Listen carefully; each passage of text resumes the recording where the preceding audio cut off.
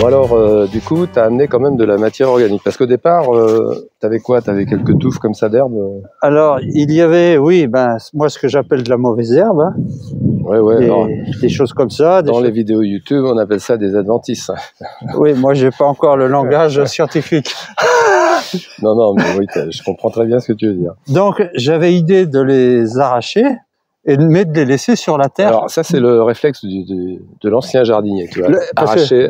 Mais arracher, tu vois, ça demande de... C'est du travail quand même. Hein. C'est un effort. Hein, puis tu fais ça tout le long de la saison. Je sais pas, parce que ça repousse les mauvaises herbes, justement, assez facilement. Mais en fait, ici, tu as commencé à recouvrir avec de la matière organique. Alors, c'est quoi? C'est un espèce de... C'est du broyat de végétaux verts, plutôt résineux. Qui est à disposition, en fait. Tu peux en avoir un peu comme autant que tu veux, là. Effectivement, c'est mis à disposition pour l'ensemble des jardiniers d'ici. Ouais, donc ça, c'est bien, ça. Pour moi, c'est une bonne chose. Surtout qu'en plus, il est déjà précomposté. Parce que bon, et toi, ce serait de la matière brute. Tu aurais peut-être un petit peu de bois, mais j'ai pas l'impression qu'il y ait trop de bois quand même là-dedans. Il y en a un peu. Il y a un peu mais là, ici, peut-être plus. Oui, il y a du... Il y en a. Bon, un des trucs, en fait, alors en fait, tout ça, là, puis je vois que tu as des feuilles mortes. Donc tout ça, ça va être la nourriture pour le sol, en fait. Parce que quand tu travailles pas le sol, tu nourris les bestioles qui font le travail à ta place. C'est ça le grand truc, quoi. Et il faut leur donner à manger, sinon ils meurent. Et puis et quand tu arrives comme ça alors je sais pas quelles étaient les pratiques du jardinier qui était là avant, hein, on sait pas trop, mais non, ça je ne le sais pas. En venant, on a vu des turicules de vers de terre, donc on se dit il doit y en avoir un peu partout, donc ça c'est plutôt une bonne chose. Sinon ils s'installent au fur et à mesure, hein. Et donc on leur amène de la matière. Alors dans la matière végétale, tu as ce qui est plus ou moins azoté, plus ou moins carboné. C'est ce qu'on appelle le taux carbone sur azote. Et on va dire que quand tu as un équilibre, ça se décompose assez rapidement. Quand c'est un taux autour de 20 à peu près. Et là, ce que tu as mis, à mon avis, quand tu m'en as parlé au téléphone, je pensais que tu avais des choses plus brutes, tu vois, ça aurait pu être des broyats plus grossiers, qui auraient mis plus de temps. Mais là franchement, tu as quelque chose qui est pas mal, hein. Donc, tu as mis ça en petites couches, et puis tu as mis aussi des feuilles mortes, hein. Exactement. Donc là, je peux te montrer ce que je mets.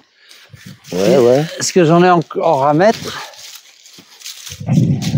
Alors, il y a un peu de tout, il y a du chêne, Alors, j'ai pris ça dans le coin, donc là, voilà ce que je mets.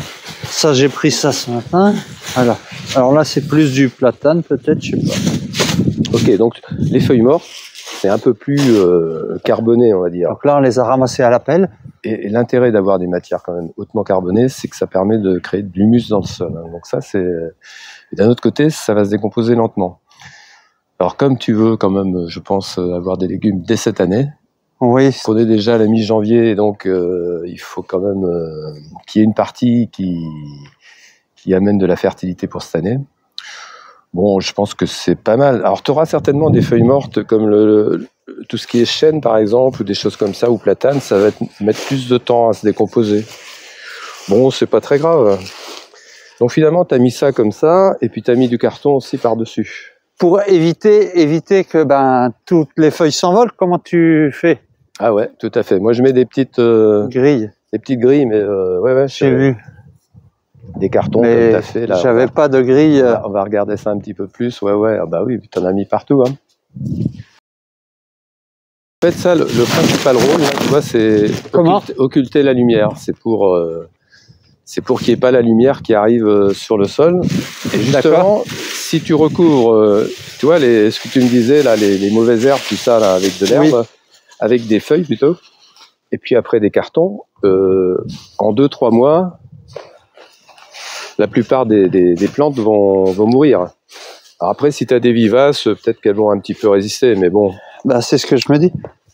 Disons que si tu reprends le truc dans 2 mois, t'auras quasiment quelque chose de très propre. Parce qu'il y a le bon et le mauvais jardinier, quoi. Ouais. Le mauvais jardinier, il arrache, et le bon jardinier, Alors il moi, laisse. non, parce que si on commence à faire des bons et des mauvais jardiniers, on va partir, tu sais, sur des... Quoi, sur des guerres de chapelle? Voilà, c'est un peu ça, ouais, ouais. Non, en fait, chaque jardinier fait un peu comme Les chasseurs, il veut, chacun fait comme il comme l'entend. il a appris, ou comme il le ressent. T'as vu? Et puis là, c'est des feuilles quand même qui ont déjà vieilli, tu vois. Ouais, ouais. Tu vois, c'est pas des feuilles. Alors, tu des vois, nouvelles. moi, chez moi, des fois, l'idéal, en fait, quand tu mets de la matière organique, c'est souvent l'automne, c'est souvent plutôt plus tôt, c'est-à-dire ça aurait été novembre, ça aurait été parfait, parce que tu as plus de temps comme ça pour qu'en dessous Ça travaille. ça disparaisse, quoi. Mais tel que c'est, moi, ça me semble pas mal pour engager une saison quand même. Hein. Mais parce que moi, comme je connais pas la terre telle qu'elle était avant, je me dis peut-être que la base dessous, elle est bonne aussi. Oui, oui, certainement qu'il doit y avoir Tu vois, une base de fertilité. Et puis, bon, tu mettrais que ça, tu vois, comme épaisseur, bah, ça serait pas suffisant, tu vois. bah, c'est ce que je me dis, parce que Mais comme tu as les cartons par-dessus, bah, c'est bon. Parce que, ouais, mais t'imagines, là, t'en as largement assez. J'en suis à combien, là, de sacs de feuilles, là, je vais te dire. J'en suis peut-être à 20 ou 6 sacs de feuilles, plus. Ouais, mais c'est des petits sacs. Ouais, mais t'es marrant, toi, je vais mettre des gros sacs.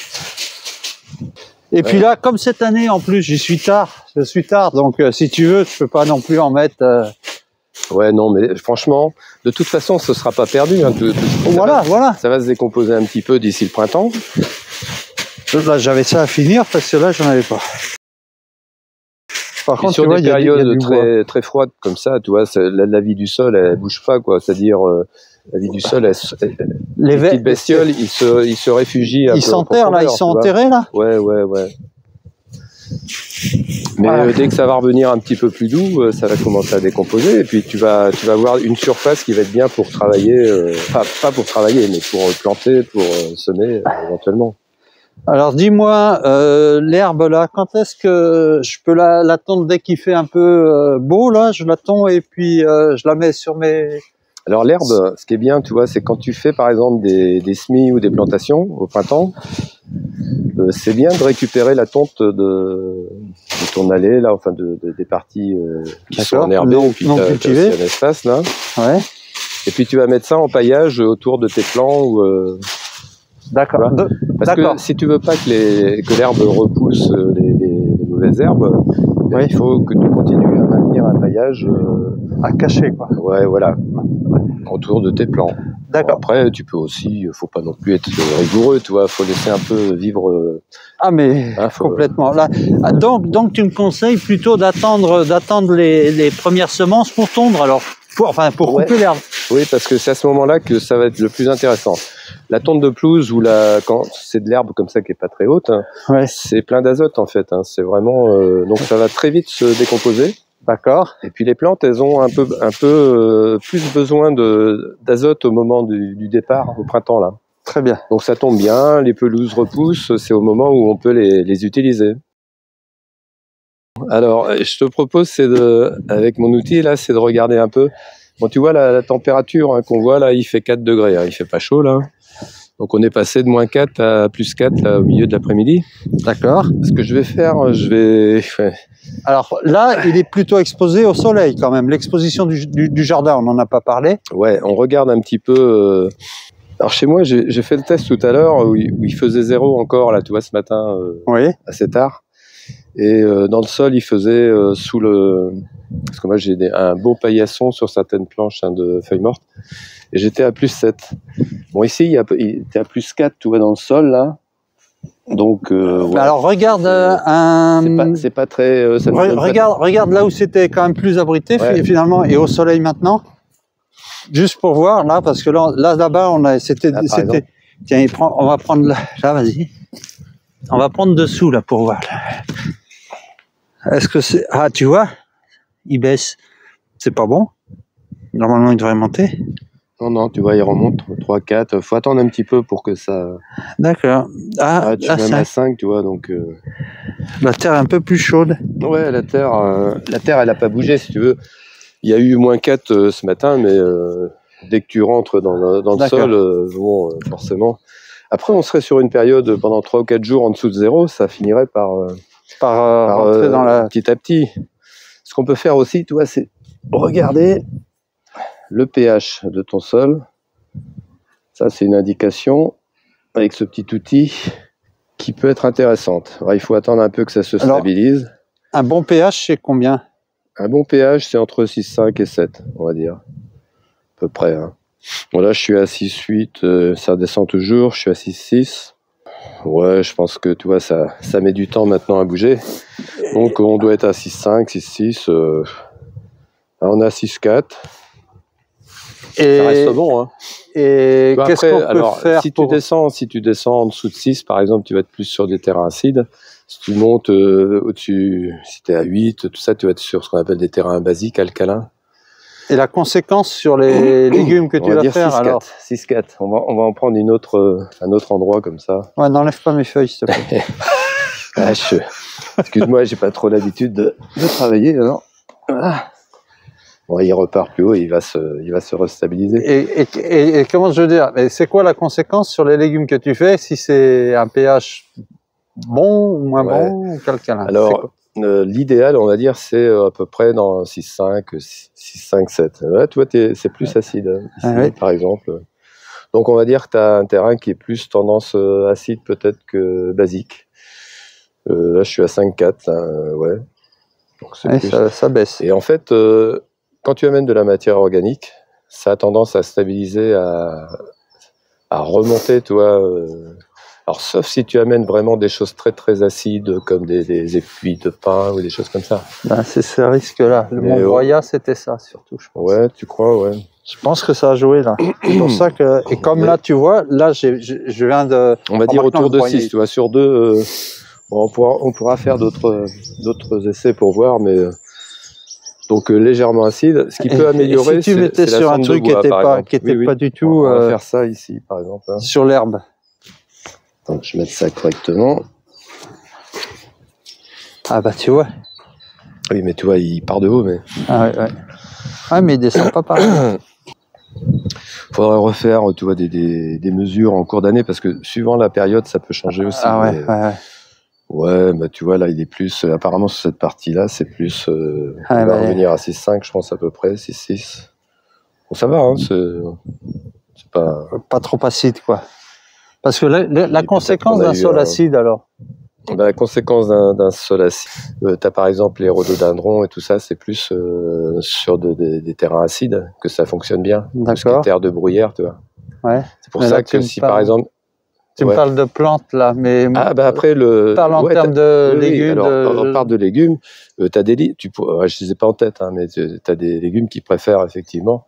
Mais la plupart, quand même, se sentent très bien quand elles sont autour de 6, 5, 7. Là, donc, le but du jardinier, c'est d'essayer, quand c'est possible. Autrement, tu fais avec le terrain que tu as. Hein, pas... De trouver ça, quoi.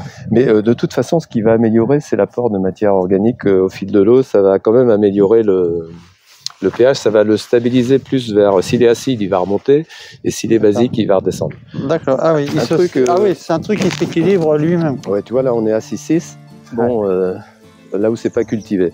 Donc, comme tu as amené pas mal de choses et tout, ça peut modifier temporairement le pH, hein, mais à mon avis, ton pH, il est autour de 6,5, donc ça va. Et par contre, si tu as de la cendre de bois, tu peux en amener, parce que ça a tendance à remonter le pH. D'accord. Donc si tu étais avec des taux de 8, je te dirais non, n'en mets pas, mais là tu pourrais en mettre, si t'en as, hein, si t'en as pas, t'en as pas. J'en ai pas.